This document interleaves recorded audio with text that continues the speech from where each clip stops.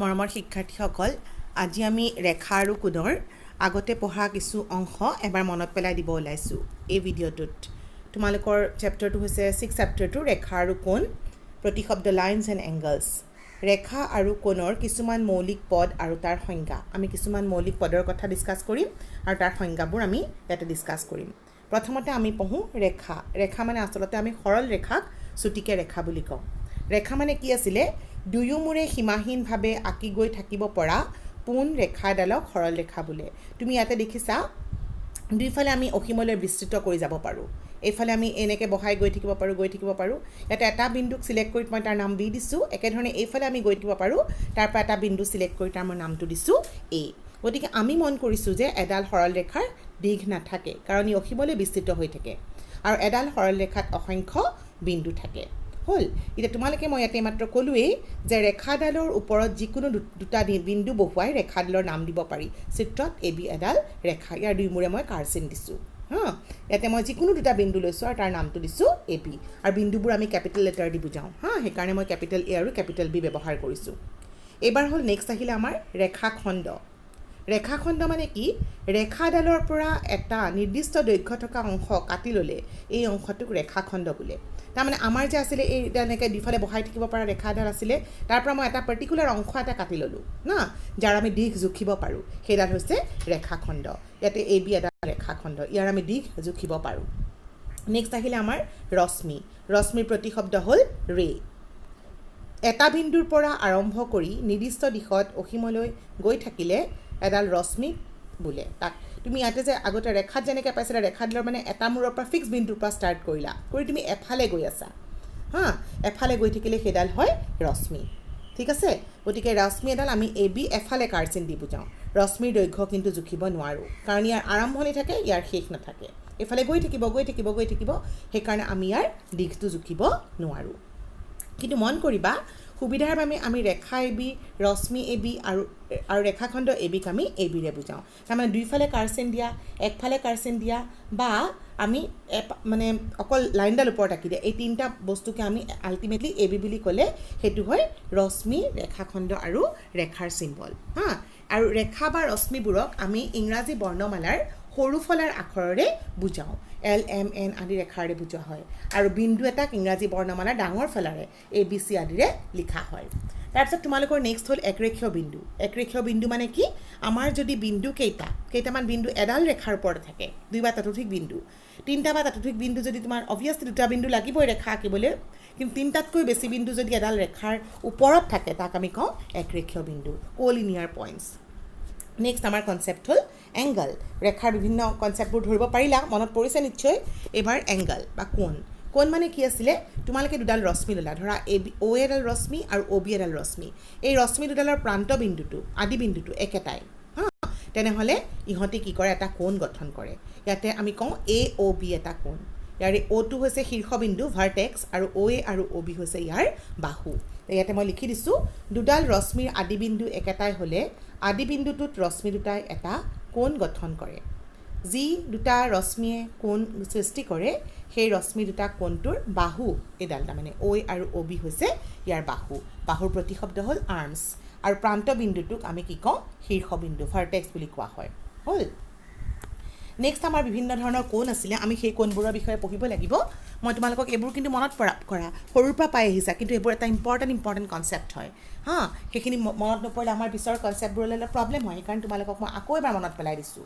তোমালোকৰ next concept হ'ল সূক্ষ্ম কোণ। সূক্ষ্ম কোণৰ প্ৰতিশব্দ হ'ল একিউট এংগল। সূক্ষ্ম কোণ মানে কি? তোমালোকৰ 0 ডিগ্ৰীতকৈ ডাঙৰ আৰু 90 ডিগ্ৰীতকৈ সৰু যিবোৰ কোণ আছে, এনেকুৱা ধৰণৰ এটা কোণৰ মাপ 0 ডিগ্ৰীতকৈ ডাঙৰ আৰু 90তকৈ সৰু হ'লে তাক এটা সূক্ষ্ম কোণ বুলি কওঁ। আৰু সূক্ষ্ম কোণ তাৰমানে সদায় কি থাকে? 0 আৰু 90ৰ মাজত থাকে।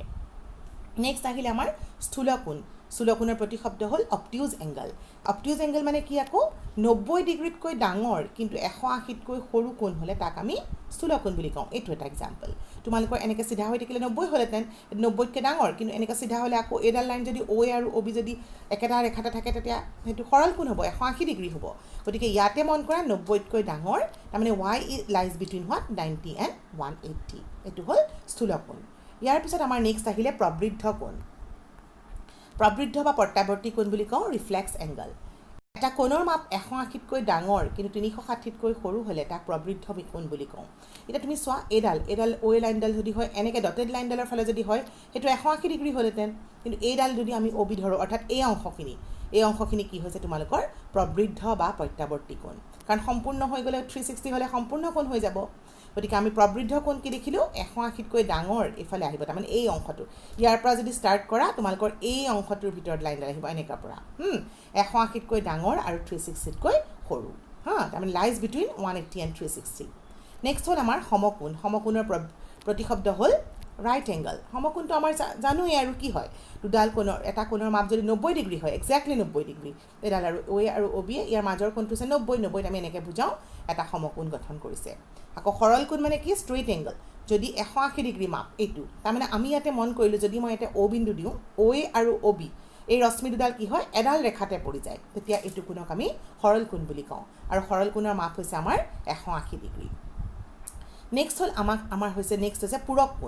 পূৰক কোণ আমি কাক কওঁ কমপ্লিমেণ্টাৰী এংগলছ ৱৰ্ডটো লিখিব থাকি গৈছে দেই দুটা কোণৰ যোগফল 90 ডিগ্ৰী সমান হ'লে এটাক আনটোৰ পূৰক কোণ বোলে তাৰমানে এইটো এটা কোণ ইয়াতে মই এংগল 1 এটা এংগল লৈছোঁ আৰু 2 এটা এংগল লৈছোঁ ইহঁত দুটাৰ মাপ দুটা যদি যোগ কৰোঁ এনেকুৱা হ'ব লাগিব যাতে সিহঁতৰ যোগফল 90 ডিগ্ৰী সমান মই এটা এক্সাম্পল ল'লোঁ 20 ডিগ্ৰী আৰু 70 ডিগ্ৰী 20 আৰু 70 যোগ কৰিলে কি হ'ব এংগল 1 আৰু 2 যদি যোগ কৰোঁ 90 ডিগ্ৰী হ'ব গতিকে 1 আৰু 2 এটা আনটোৰ পূৰক কোণ তোমালোকৰ পূৰক কোণ দুটা এনেকৈ ওচৰা ওচৰিকৈ লগাই থাকিব পাৰে বা দূৰত থাকিলেও আমি একে কথাই বুজি পাম নেক্সট আমাৰ হৈছে সম্পূৰক কোণ ছাপ্লিমেণ্টাৰী এংগল যদি দুটা কোণৰ মাপৰ সমষ্টি 180 হয় তেন্তে এটাক আনটোৰ সম্পূৰক কোণ বোলে এবাৰ কি হ'ব লাগিব এটা আনটো যোগ কৰিলে দুটা কোণ যোগ কৰিলে আমি কিমান পাব লাগিব 180 90 হ'লে এটা আনটোৰ পূৰক আৰু সম্পূৰক হ'লে কি হয় দুটাৰ যোগফল হ'ব লাগিব 180 হ'লে এটা আনটোৰ সম্পূৰক কোণ বুলি কওঁ এবাৰ আহিলে আমাৰ নেক্সট সন্নিহিত কোণ এডজাসেণ্ট এংগলছ এতিয়া সন্নিহিত কোণৰ কাৰণে তোমালোকৰ এটা ইম্পৰ্টেণ্ট কনচেপ্ট এইটো সন্নিহিত কোণ বা হৈছে কি তোমালোকৰ দুটা কোণ ওচৰা ওচৰি কোণ হ'ব লাগিব এতিয়া সিহঁতক সন্নিহিত বুলি কোৱা হয় কেতিয়া হয় সিহঁতৰ এডাল উমৈহতীয়া বাহু থাকে ধৰা তুমি এই কোণটো ল'লা এ বি ডি আৰু বি ডি বি চি এই কোণ দুটা ল'লোঁ এই কোণ দুটাত তুমি দেখিলা এই অংশটো আৰু অংশ সিহঁতৰ এডাল উমৈহতীয়া বাহু আছে এ বি ডি বাহু আৰু চি বি ডিটো তোমাৰ বি ডি বাহুডাল আছে উমৈহতীয়া বাহু আছে আৰু বাহু দুডালৰ বাকী দুডাল যিডাল বাঢ়ি থাকে উমৈহতীয়া বাহুৰ দুয়োফালে থাকে তেতিয়া এটাক আনটোৰ সন্নিহিত কোণ বুলি কওঁ এটা চোৱা দুটা কোণক সন্নিহিত কোণ বুলি কোৱা হয় যেতিয়া সিহঁতৰ এটা উমৈহতীয়া বা সাধাৰণ শীৰ্ষবিন্দু থাকে শীৰ্ষবিন্দুটো অভিয়াছলি হ'বই লাগিব এটা বিন্দুত থাকিবই লাগিব এডাল উমৈহতীয়া বাহু থাকে আৰু আন দুডাল বাহু তাৰমানে যিডাল উমৈহতীয়া নহয় কি হয় উমৈহতীয়া বাহু দুডালৰ দুয়োফালে থাকে চিত্ৰত এ বি ডি আৰু ডি বি চি দুটা সন্নিহিত কোণ কাৰণ ইহঁতৰ উমৈহতীয়া শীৰ্ষবিন্দু হৈছে তোমালোকৰ কিমান বি উমৈহতীয়া বাহু হৈছে বি ডি আৰু বাকী দুটা বাহু তোমালোকৰ এ বি এ আৰু বি চি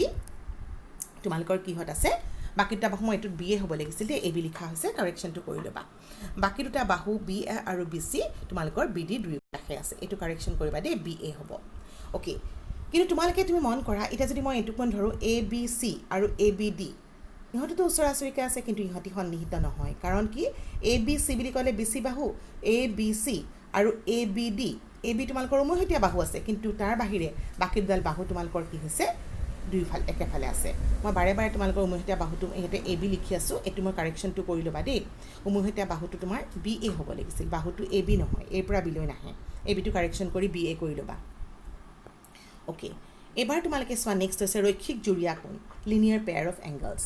এতিয়া তোমালোকৰ কি যদি দুটা সন্নিহিত কোণৰ মাপৰ সমষ্টি 180 সন্নিহিত হ'ব লাগিব সন্নিহিত মানে উমৈহতীয়া এটা শীৰ্ষবিন্দু থাকিব আৰু এডাল উমৈহতীয়া বাহু থাকিব উমৈহতীয়া নোহোৱা বাহুডাল কি হ'ব উমৈহতীয়া বাহুৰ দুয়োকাষে থাকিব তো তোমালোকৰ সন্নিহিত কোণ পালা এতিয়া সন্নিহিত কোণ দুটাৰ যদি যোগফল 180 হয় তেন্তে এটা কোণ দুটা কি কয় ৰৈখিক জুৰীয়া কোণ বুলি কয় ইয়াতে চোৱা এ ডি চি আৰু ইয়াতে চোৱা বি ডি চি এই দুটা তোমালোকৰ সন্নিহিত কোণ এ ডি চি আৰু বি ডি চি কাৰণ উমৈহতীয়া শীৰ্ষবিন্দু হৈছে ডি উমৈহতীয়া বাহু হ'ল ডি চি আৰু বাকু দুডাল বাহু ডি এ আৰু ডি বি আন দুটা ফালে আছে গতিকে এই দুটা হৈছে তোমালোকৰ সন্নিহিত আৰু ইহঁত দুটাৰ যোগফল 180 কাৰণ তোমালোকে দেখিছা ডি বি আৰু এ ডি ডি এ এই বাহু দুটাই তোমালোকৰ এডাল ৰেখাৰ মানে এডাল সৰল ৰেখাত আছে গতিকে ইহঁত হৈছে ৰৈখিক জুৰীয়া কোণ এতিয়া মই এইখিনি কথাই লিখি দিছোঁ তাৰপিছত তোমালোকে চোৱা নেক্সট হৈছে বিপ্ৰতীপ শীৰ্ষকোণ আমি কেনেকৈ গঠন কৰিব পাৰোঁ তোমালোকে ইয়াতে লৈছা AB আৰু CD দুডাল কটাকটি কৰা ৰেখা ইহঁতি কি কৰিছে বিপ্ৰতীপ শীৰ্ষকোণৰ সৃষ্টি হৈছে কি হৈছে AODৰ লগত বিপ্ৰতীপ হৈছে তোমালোকৰ BOC বা AOCৰ লগত তোমাৰ বিপ্ৰতীপ হৈছে BOD এই দুযোৰ বিপ্ৰতীপ কোণৰ গঠন হৈছে তাৰপিছত আমাৰ নেক্সট আহিলে কেতিয়া আমি ৰেখা দুডালক কটাকটি কৰা ৰেখা বুলি কওঁ আৰু কেতিয়া কটাকটি নকৰা ৰেখা হয় কটাকটি কৰা ৰেখা মানে ইণ্টাৰসেক্টিং লাইনছ এণ্ড নন ইণ্টাৰসেক্টিং লাইনছ এতিয়া এইডাল ৰেখা দেখিলে গম পাইছা ইহঁতি কটাকটি কৰিছে A আৰু B আৰু CD O বিন্দুত কটাকটি কৰিছে কিন্তু ইয়াতে তোমালোকে দেখিছা PQ আৰু RS ইহঁতি সমান্তৰাল ইহঁতে কেতিয়াও লগ নালাগে ইহঁতি কটাকটি নকৰা ৰেখা আৰু কটাকটি নকৰা মানে ইহঁত হৈছে সমান্তৰাল ৰেখা এতিয়া তোমালোকে সমান্তৰাল ৰেখা দুটাৰ মাজৰ দূৰত্ব সদায় সমান এটো মই জানোই আমি এই কথাটো মই ইয়াতে লিখি দিছো তাৰ পিছত আমাৰ আহিল জিমেট্ৰিৰ কাৰণে আমাৰ বেছ ইম্পৰ্টেন্ট একদম বেসিক কনসেপ্ট হৈছে স্বতঃসিদ্ধবোৰ কি ইয়াৰ আমি প্ৰমাণ নাথাকে আমি ৰিজাল্টটো সত্য বুলি ধৰি লওঁ হা তোমালোকৰ প্ৰথম স্বতঃসিদ্ধটো হৈছে 6.1 চেপ্টাৰৰ এডাল ৰেখাৰ ওপৰত এটা ৰশ্মি থিয় কৰাই ৰাখিলে সৃষ্টি হোৱা সন্নিহিত কোণ দুটাৰ যোগফল 180 ডিগ্ৰী তাৰমানে তোমালোকৰ ইয়াতে এডাল ৰেখা লৈছো AOB এডাল ৰেখা বা AB এডাল ৰেখা ইয়াৰ ওপৰত তুমি যিকোনো এটা বিন্দুত OC ৰশ্মিডাল থিয় কৰাই ৰাখিছো যেহেতু এডাল ৰেখা ইহঁতি সন্নিহিত কোণ সৃষ্টি কৰিছে আৰু ইহঁত দুটাৰ মাপৰ সমষ্টি কিমান হ'ব সদায় 180 ডিগ্ৰী হ'ব তাৰমানে এইটো কোণ AOC আৰু BOC ৰ মাপৰ সমষ্টি সদায় 180 ডিগ্ৰী হ'ব এইটোকে লিখিছো সদায় এইটো মনত ৰাখিবা এডাল ৰেখাৰ ওপৰত এটা ৰশ্মি থিয় হৈ থাকিলে OAB এডাল ৰেখা বা AB এডাল ৰেখা ইয়াৰ ওপৰত OC ৰশ্মি থিয় হৈ আছে আৰু তেতিয়া কি হৈছে তোমালোকৰ উৎপন্ন হোৱা কোণ হৈছে AOC আৰু BOC ইহঁত দুটাৰ সন্নিহিত কোণ হৈছে আৰু ইহঁত দুটাৰ যোগফল 180 সেইকাৰণে কৈছো এডাল ৰেখাৰ ওপৰত এটা ৰশ্মি থিয় কৰাই ৰাখিলে সৃষ্টি হোৱা সন্নিহিত কোণ দুটাৰ মাপৰ সমষ্টি 180 ডিগ্ৰী এতিয়া নেক্সট আহিলো আমি স্বতঃসিদ্ধ 6.2 এটো হল তাৰ বিপৰীত হেতু বিপৰীতটো কি তাৰমানে 180 হলে এটা ৰশ্মিটো ইটো থিয় হৈ থাকিব দুটা সন্নিহিত কোণৰ সমষ্টি 180 তেন্তে কোণ দুটাৰ সৃষ্টি কৰা যি কোণ দুটাৰ যি দুটা বাহু উমৈহতীয়া নহয় সেই দুটা এডাল ৰেখা সৃষ্টি কৰিব চিত্ৰটো একেটাই হৈছে ইয়াতে তুমি চোৱা এডাল তোমালোকৰ কৈছে এটো কোণ AOC আৰু BOC মাপ 180 বুলি কৈছে এটা কোণ দুটা সৃষ্টি কৰা উমৈহতীয়া নোহোৱা বাহু কোণডাল OA আৰু OB ইহঁতি এডাল ৰেখাৰ সৃষ্টি কৰিছে আৰু এই দুটাক আমি একেলগতে ৰৈখিক জোৰৰ স্বতঃসিদ্ধ বুলি কওঁ 6.1 আৰু 6.2 একেলগে আমি ৰৈখিক জোৰৰ স্বতঃসিদ্ধ বুলি কওঁ স্বতঃসিদ্ধবোৰ মনত ৰাখিবা আমাৰ উপপাদ্য প্ৰমাণ কৰোতে বা কোৱেশ্চন আনসাৰ্স কৰোতে আমাৰ এইবোৰ ব্যৱহাৰ হয় নেক্সট তুমি চোৱা আমি এই স্বতঃসিদ্ধ ব্যৱহাৰ কৰি এটা উপপাদ্য কৰোঁ উপপাদ্য 6.1 আৰু আমি জানো যে উপপাদ্যবোৰৰ প্ৰমাণ কৰিব পাৰো এটো হৈছে কি যদি দুডাল ৰেখাই পৰস্পৰ কটাকটি কৰে তেনেহলে বিপ্ৰতীপ শীৰ্ষকোণবোৰ সদায় সমান ইয়াতে কি কৈছে দুডাল ৰেখাই কটাকটি কৰিছে হা তোমালোকৰ প্ৰথমতে বিশেষ সূত্ৰ লিখিব লাগিব তাৰ কাৰণে মই চিত্ৰটো আঁকি ললো তোমালোকে চিত্ৰবোৰ সদায় পেন্সিলৰে আঁকিবা দেই ইয়াতে AOB আৰু COD দুডাল ৰেখা ললো ইহঁতি কটাকটি কৰিছে O বিন্দুত হা তুমি এটা প্ৰমাণ কৰিব লাগিব যে বিপ্ৰতীপ শীৰ্ষকোণবোৰ সমান ইয়াতে কি বিপ্ৰতীপ কোণ হৈছে AOC তাৰ লগত বিপ্ৰতীপ হৈছে BOD AOC সমান BOD দেখাব লাগে আৰু AOD সমান BOC দেখাব লাগে তোমালোকে বিশেষ সূত্ৰটো লিখি লোৱা চিত্ৰ আঁকিছা তোমালোকে কি কৰিছা AB আৰু CD ৰেখা দুডালে পৰস্পৰ O বিন্দুত কটাকটি কৰিছে এই দুডালে হল ফলত বিপ্ৰতীপ কোণ দুযোৰ বিপ্ৰতীপ কোণ কি হৈছে AOC BOD আৰু AOD আৰু BOC ক্ৰছ কে থকাটা উৎপন্ন হৈছে আমি কি প্ৰমাণ কৰিব লাগে এক নম্বৰত AOC সমান BOD এটো চিত্ৰত চাই লোৱা AOC সমান BOD প্ৰমাণ কৰিব লাগে আৰু AOD এটো কোণ আৰু এটো কোণ সমান কৰিব লাগে এটা দেখুৱাম এটা একেদৰে বুলি কৈ দিম এতিয়া মই ইয়াতে যদি মই ফাৰ্ষ্টতে ধৰা তুমি OA ৰশ্মি ললো OA ৰশ্মিডাল কোৰ ওপৰত থিয় হৈ আছে CD ৰ ওপৰত থিয় হৈ আছে আৰু আমি জানো যে এডাল ৰশ্মি যদি এডাল ৰেখাৰ ওপৰত থিয় হৈ থাকে হা তেনেহলে কি কৰে ইহতে সৃষ্টি কৰা সন্নিহিত কোণ দুটাৰ যোগফল কি হয় 180 হয় গতিকে আমাৰ ইয়াতে দেখিলো OA ৰশ্মি CD ৰেখাৰ ওপৰত থিয় হৈ আছে আমি যিকোনো এটা ৰশ্মি ল'ব পাৰো এতিয়া মই দেখিলো ইয়াৰ পৰা AOC আৰু AOD এই দুটাৰ মান হৈছে AOC আৰু AOD ৰ মাপৰ সমষ্টি হল 180 ডিগ্ৰী ৰৈখিক জোৰৰ স্বতঃসিদ্ধৰ পৰা পালো এতিয়া মই আন এটা ৰশ্মি তোমালকে এটো আৰু এটো কোণ পালা এটা আন এটা ৰশ্মি এনেকৈ লোৱা যাতে তুমি আইডাৰ এটো কোণ পোৱা বা এটোৰ অপোজিট এটো পোৱা ঠিক আছে মই এটো আৰু এটো কোণ লৈছো গতিকে এটোৰ যদি মই এটো বিপ্ৰতীপ দেখাব লাগে মই এই ৰশ্মি ল'ব লাগিব আৰু এটোৰ বিপ্ৰতীপ এটো সমান দেখাব লাগিলে মই কোনটো ৰশ্মি ল'ব লাগিব এডাল ৰশ্মি ল'ম এটা কমন হোৱাকৈ ল'ম ঠিক আছে গতিকে মই আকৌ ল'লোঁ ইয়াতে মই কোনটো লৈছোঁ চাই দিছোঁ অ' ডি ৰশ্মি লৈছোঁ মই ইয়াতে লৈছোঁ অ' ডি ৰশ্মি এ বিৰ ওপৰত থিয় হৈ আছে মই অ' চি ৰশ্মি এ বিৰ ওপৰত থিয় হৈ আছে বুলিও ল'ব পাৰোঁ এতিয়া অ' ডি যদি এ চিৰ ওপৰত থিয় হৈ আছে তেনেহ'লে মই তাৰ পৰা কি পাম এ অ' ডি আৰু ডি অ' বিৰ